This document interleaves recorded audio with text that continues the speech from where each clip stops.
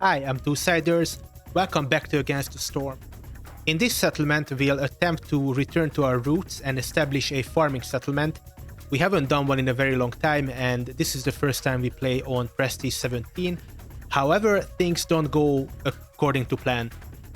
We get 3 of one of the worst forest mysteries that we could have gotten, and we also get 2 extremely difficult timed orders.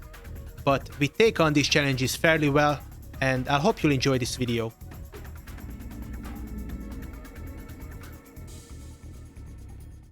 We begin by taking not 1, but 2 farm buildings. And only humans. I didn't want to take frogs with us. And what do you know?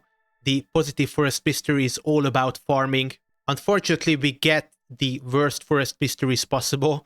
So, Hailstorm, even from level 2, hostility, it is entirely possible that all of our villagers will die if we don't provide them with housing. We have to pay 5 oil to the crown.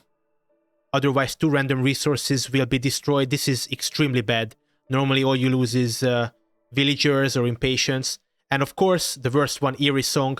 Villagers will perish if we don't provide them with services, which we will not provide them with, because lizards only have fighting as a service, and humans are completely different from that. So already not looking good. We do get one of my favorite buildings, the workshop. I know I'm a little bitch for picking it all the time, but I also instantly picked Wrench, because we have lizards. They have 4 food items, all of them contain meat except the pickled goods, and Wrench is the only way to continuously create meat. In the first year, you can only get epic cornerstones. I don't want to pick either of them, though Lost in the Wilds is pretty good, and plant fiber at this point is also the best time to pick it. Titan Belt is the best epic cornerstone in my opinion in the entire game. What it does is it reduces trade route costs to by 1. However, if it already costs 1, even if you sell like 5 items, it's still gonna cost 0. We cut into our first glade, we find some fertile soil luckily. However, there is a Forsaken Crypt that we cannot complete either way. We did pick up the workshop that we can construct immediately, but we need 30 pieces of planks, so that's not gonna be easy. We get some farming related timed orders, or excuse me, normal orders. By the first storm, we already have a farm set up and also a stormwater geyser that we can use to power the workshop. Corruption is already at 35%, which is really insane by the first year. And the humans started destroying the Forsaken Crypt, so we are looking good. Unfortunately, nobody's gathering food, so we're already down to 50 food, which is not great. And would you look at that, the third secret race is beavers. So we have a human, beaver, lizard, very default, earliest species ever to become available in this game type of settlement. And to be honest, it's a decent distribution. Beavers for woodcutters, humans for farms, and the lizards for the wrench and gathering. In year 2, 4, and 6, you get legendary cornerstones. We pick up Market Shift Plan, a pretty insane cornerstone to be honest. Even if your settlement is not for trading at these high prestige levels. We are playing on like prestige 17, I think. First time I ever played on this. Even at this point, trading is vital. You cannot trade directly to traders because it's too expensive. You have to trade routes.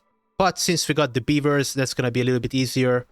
With the beavers and the market shift plan, I don't want to lie to you, but I think we got +3 to each town. The offers that they provide, which is pretty insane. Getting +1 to fabric is a 50% increase, but getting +1 to the Blightfire is also really good. I think it's also 50%. It might be actually 100% increase. And I figured in this settlement we don't really need cloth. I think the lizard houses might require it, but otherwise, or maybe the human house does, but otherwise we don't really have harpies. We don't really care about the cloth.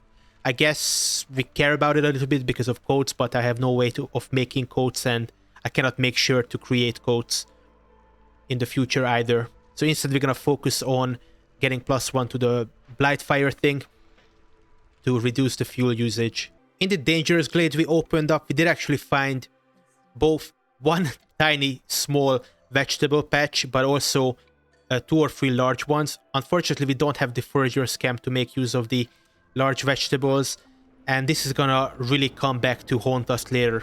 Even in the second year storm, lizards are leaving, so we have to assign some woodcutters to survive this storm.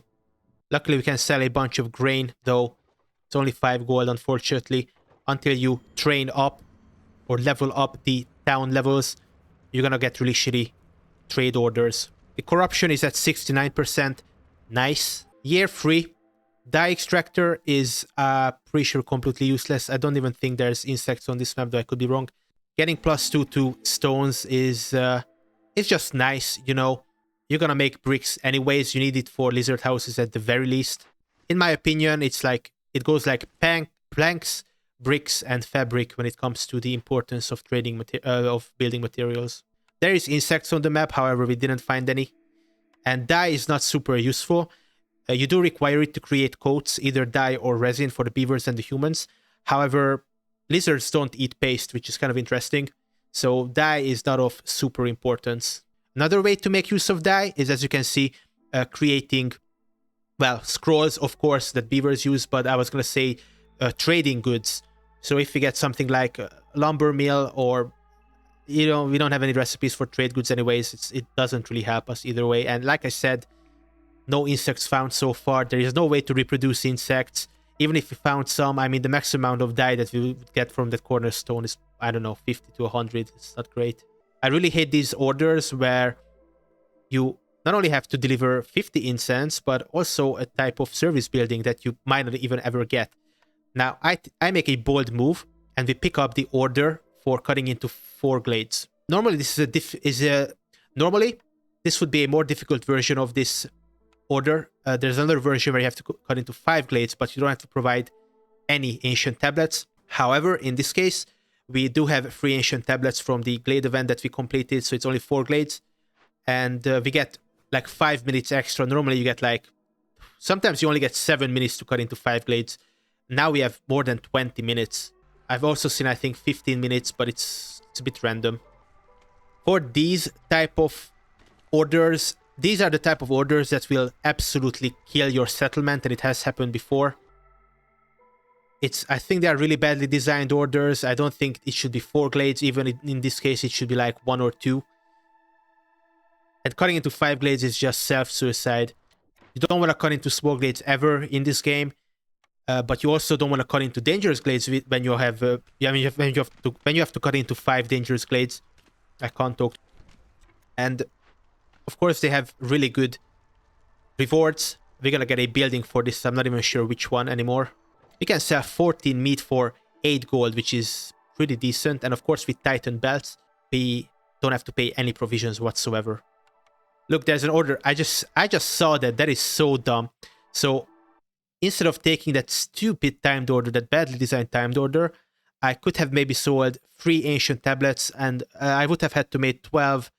I would have had to make 12 provisions for that, unfortunately, but we would have gotten 17 times 3 gold. Jesus Christ, that's like 30, 50, 61 gold. Wow. I'm telling you, I should have done that instead of doing this timed order, but maybe the building reward will be worth it. Of course, I completely forget all the time about the consumption control. You should turn off any consumption that doesn't make a species stay like over a storm, or pushes them over the resolve threshold. Like right now, lizards are eating skewers and pickled goods for no, basically. We get distillery, clan hall. Both of these are actually really good choices. Even though we wanted to make a farming settlement, the clan hall will increase gathering by double. It doubles gathering. So if we can find a large forager camp, for instance, we can gather all those vegetables up, and with the clan hall 3-man bonus, we could actually get double from those camps. So Hilda comes, and she has my favorite perk, 20% to gathering and food production speeds. And by the way, that is also farming, I'm pretty sure. I always forget. That is an insane perk. That perk is as good as like Cornerstone, or even like a legendary Cornerstone, I would say. A lot of people like legendary Cornerstones and dislike epic ones, but I disagree. So many times it doesn't really matter if it's a legendary Cornerstone, an epic Cornerstone, or a perk. There are just some really good ones and some really bad ones. And we have actually 6 ancient tablets for whatever reason. I think we completed maybe like an abandoned cache. We only need 3 for the order. Don't worry, I don't forget about that. So we can make some gold and pick up the 20% speeds for food production. Now we are in a bad position because the trapper camp ran out and we only have 1 small vegetable. Technically we have the farms as well.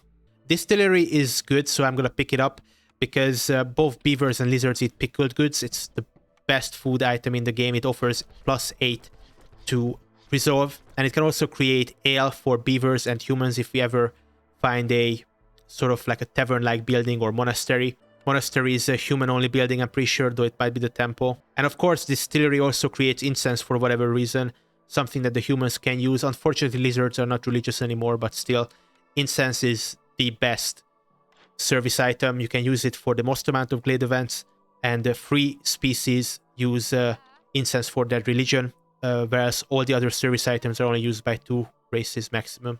I'm actually gonna pick up some water skins, and the reason why I pick up I'm gonna pick up water skins for the pickled goods.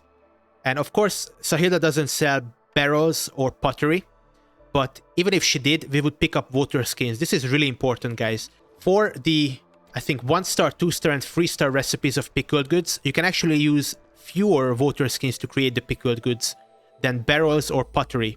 So some recipes in this game, it's better to use one container over the other.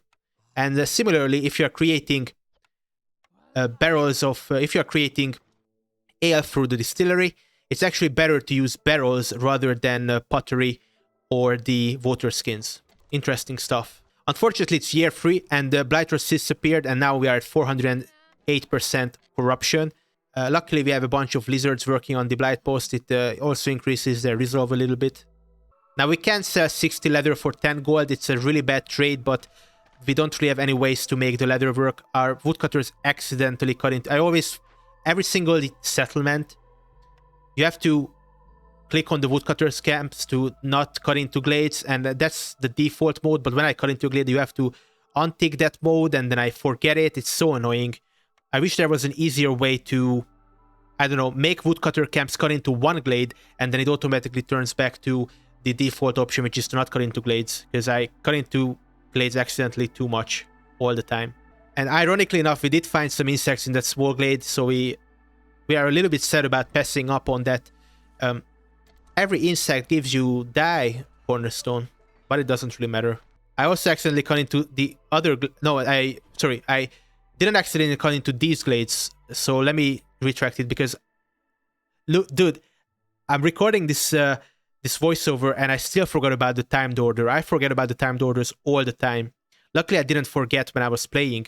I'm cutting into these glades because we have to cut into 4 glades to complete the timed order. These timed orders where you have to cut into glades are so bad, mainly because you will increase hostility by so much, and you don't even have a population that can support gathering all these resources up.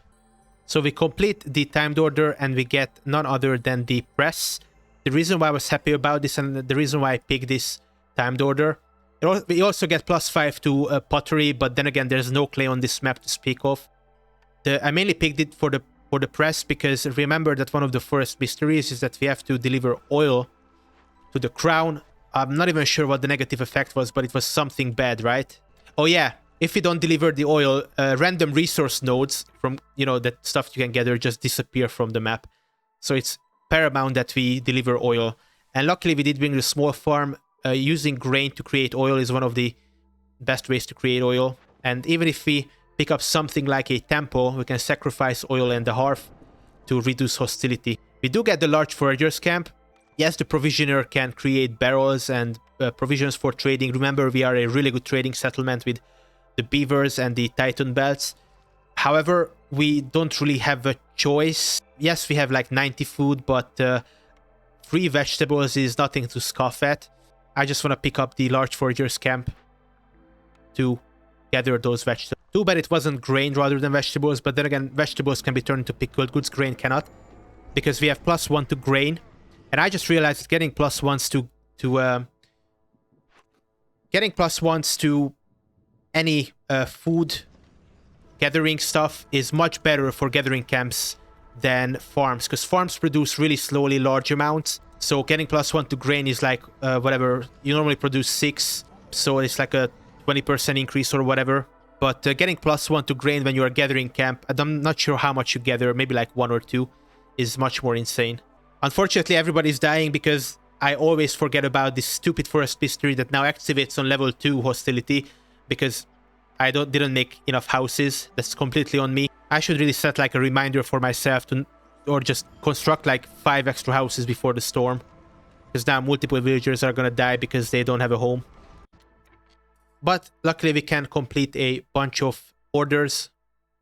We get +1 to the Blightfire and also +1 to fabric and grains. Really good to see. Again, that +1 to fabric is a 50% increase to crafted at the workshop. So good. Now to save the beavers, I'm gonna cheat a little bit and increase the water usage in the workshop. That increases resolve, so now beavers are up to +5 instead of 0, which is really good. I'm gonna sell the tools. I don't really have a use for them anyways. Might as well sack the packs of building materials too. I accidentally crafted multiple of them. You always forget, dude. You just always forget, and then you run out of materials. Craft too many. We don't have frogs in this settlement, so I'm not gonna upgrade the species housing, even though it might be a good idea for like trade route speeds, for instance. I don't think I've ever picked up woodpecker technique in my life. So food is, yes, we are still struggling for food. However, I'm going to pick up workers' rations. 10% higher chance of double yields, but 20% extra food is used, basically. And I completely forgot about the wrench that we had it.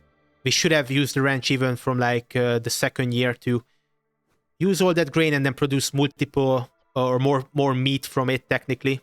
But we needed bags of grain to complete the trade orders and whatnot, so we get another agriculture-related order.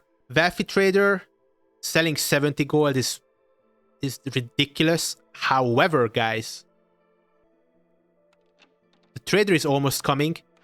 And if we go and check, we have 2 trade routes about to complete in 6 seconds. One of them. That's 20 gold already. So we are only, quote-unquote, only need to achieve a 50 gold trade. We only need to do 50 gold worth of trading to complete that timed order. So we're gonna pick this timed order. I really wanted it, not so much for the +5 to water skins again. We still don't have a way to create water skins, but for the market, which can, I think it was changed. Now the market can serve ale for the humans and the beavers, and distillery that can create ale. So let's try to achieve that 50 gold trade over the next 5 minutes. I think the choice is kind of obvious. It's bakery, because biscuits are used for both humans and beavers, and pies are both eaten by lizards and humans. We get a guild house. Of course, we're gonna pick the guild house, not only because it's insane and we are a trading settlement already. It will increase global resolves for trading, but the market is already something we're gonna get from the stupid timed order. Maybe I would have picked differently if I picked the building first, and I wouldn't have picked the timed order, but here we are. Let's just concentrate on trading. And it's difficult to concentrate or to calculate. Sometimes people mess up and you have 5 minutes to complete this order, and then, oh, I'm just gonna sell like ancient tablets, like 5 of them, but you don't realize that it's gonna take 14 minutes to deliver. So we need to also make sure that the trade routes we are doing are within the 5 minutes time frame. Here we have Zorg. Now, what's also really important is that we cannot use that 59 ember. We have to buy perks, because it doesn't count as value of good. We also cannot use that 59 gold anyways to buy stuff, because it has to be sold, right? You cannot purchase, though a bunch of cornerstones like the guild house are about, you know, purchasing and selling. But the only thing we can do, which is really disgusting and I don't want to do it, is I guess use that 59 gold to buy whatever and then resell it back for like the quarter, literally quarter of its original price to a trader, to increase that 70 amber worth of goods sold. So we might as well spend the money on perks, I guess. I'm calculating in my head how many trade orders we have, what we can do, what we can deliver in that 5 minutes, and I'm buying stuff accordingly. Might as well buy some fish for the paste. Wait, we don't need paste. But you know, when everything costs the same amount, you might as well buy like the fish, the meat, the insects, things you can't really easily reproduce. One of the small glades we cut into has a small amount of fertile soil, so we can finally place down the stupid plantation. We didn't find nearly enough fertile soil, nearly as much as I wanted. We can also sell some grain, but look at that, 3 minutes, 20 seconds until up here the timed order is complete, so we cannot sell more than 3. And this is exactly going to be... Look at this. So if you add this up, we basically would end up with 69 value of goods sold instead of 70. So luckily I code that and the trader is still here. I need to sell one thing to Zorg. Just anything, just one amber worth of stuff. Oh, actually, before we do that, before the last second before Zorg leaves, we stop that. One of the trades complete. Now I have to look for another trade that can be completed in 2 minutes, 49 seconds. Look at that, it's exactly 69 gold right now. So we have to sell 1 amber worth of anything. And if I didn't do that, we would have not had enough time to trade anything. So let's trade that one part for some oil. And now we have exactly enough 70 worth of goods sold. Unless I did my math wrong, which is entirely possible. In this game, infrastructure is technically very important. So with these weird glades, look at that. We would have to create a warehouse at each of those farms and a hearth at each of those farms so that our farmers don't have to run all the way back to the hearth to eat and have a break. I actually also forgot every single autumn season or clearance season to check if the farm was gathering enough of the vegetables and grain up. Because, you know, you have to add warehouse workers to help with that stuff. But either way, we want to cut out that middle forest portion down there to create a hearth there. So we just have another hearth, but it's not perfect because neither of the farms are would be too close to that hearth. We had -10 to lizard resolve, which is super bad. I also have to get on that press and oil ASAP. Otherwise, the crown will destroy resource nodes on our map. I'm not even sure how the crown is able to do that, dude. Like, oh, Viceroy, just pay us a bunch of oil. Otherwise, we just come here and destroy all the vegetables and stone and everything. How can they do that? Why would they do that? You know, it makes sense that they take villagers and take them to other settlements, but how would... And impatience makes the most amount of sense, but how are they gonna come here and what? They're gonna mine out our stuff? Doesn't even make sense, and it's super bad. We pick up a very lizardy objective. Jerky, skewers, and pickled goods, and the reward is my favorite again. Plus 20% to gathering and food production. There's the rain meal. Might as well pick it up. We have 103 gold from all that trading. And look at that, we get meat specialization or leisure. Yes, meat specialization would have been really good for the ranch, but as I see it, might not be apparent, but we just don't make enough grain at all to feed the ranch. The ranch is not being fed all the time, and we don't have drizzle geysers either to speed or boost up the ranch. So we're gonna pick leisure.